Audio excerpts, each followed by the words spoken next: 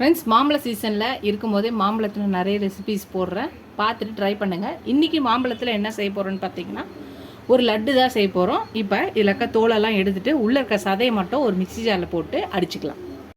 மாம்பழத்தில் உள்ளே இருக்க சதையை மட்டும் எடுத்து ஒரு மிக்சி ஜாரில் போட்டுக்கலாம். கட் பண்ணி வச்சு இதை நம்ம அடித்து எடுத்துகிட்டு வந்துடலாம். விழுதா மாம்பழத்தை அடித்து எடுத்து வச்சு இது ஒரு பக்கம் இருக்கட்டும்.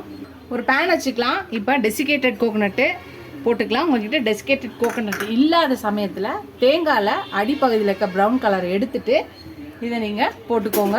மிக்சியில் அடிச்சிங்கன்னா இந்த மாதிரி தூளாகிடும். இப்போ இதை நல்லா வறுத்துக்கலாம். கலர் சேஞ்ச் ஆகக்கூடாது, ஆனால் ஃப்ரை ஆகணும். நல்லா வறுத்துக்கலாம்.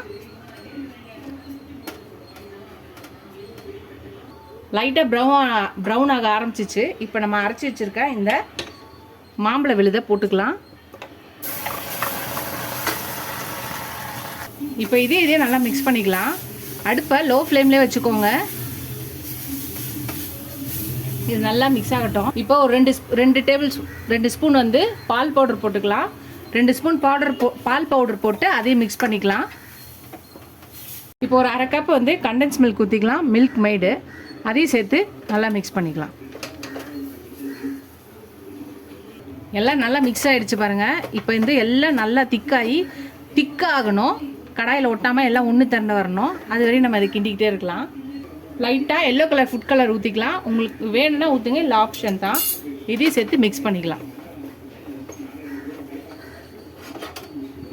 இப்போ ஒரு 1/4 ஸ்பூன் வந்து ஏலக்காய், ஒரு 2லேருந்து 3 ஏலக்காவை தூள் பண்ணி போட்டுக்கிறேன். இப்போ இதையும் சேர்த்து நல்லா மிக்ஸ் பண்ண வேண்டியதான்.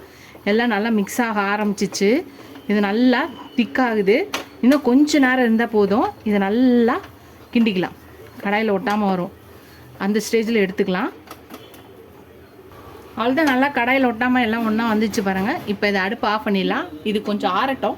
கை சூடு பொறுக்கிற அளவுக்கு இதை உருட்டுற அளவுக்கு இருக்கணும். ரொம்ப ஆறிடக்கூடாது. இதை கொஞ்சம் ஆறவிட்ட நம்ம உருட்டலாம். இப்போ கை சூடு பொறுக்கிற அளவுக்கு நம்ம எந்த சைஸ் வேணுமோ அந்த சைஸ்க்கு உருட்டிக்கிட்டு இப்போ இதை டெசிகேட்டட் கோகோனட், அதாவது தேங்காய் துருவல் வச்சுருக்கேன். இப்போ இதுலேயும் நல்லா இந்த மாதிரி பிரட்டிக்கலாம். நல்லா பிரட்டிட்டு இதை எடுத்து வைக்கலாம்.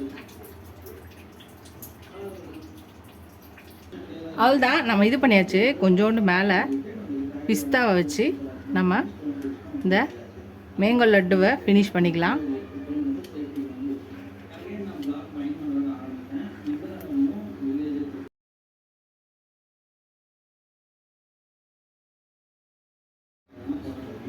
ஃப்ரெண்ட்ஸ், அவ்வளோதான், நம்மளோட மேங்கோ லட்டு ரெடி ஆயிடுச்சு. ரொம்ப சூப்பராக குயிக்காக ஒரு ஹெல்த்தியான ஒரு லட்டு. மேங்கோ சீசன் இருக்கும்போது இந்த ரெசிபிஸை செஞ்சு பார்த்துடுங்க. டக்குன்னு செஞ்சிடலாம். ரொம்ப ஈஸியானது. ஒரு 10 நிமிஷத்துக்குள்ளே இந்த லட்டு கண்டிப்பாக ரெடி ஆகிடும்.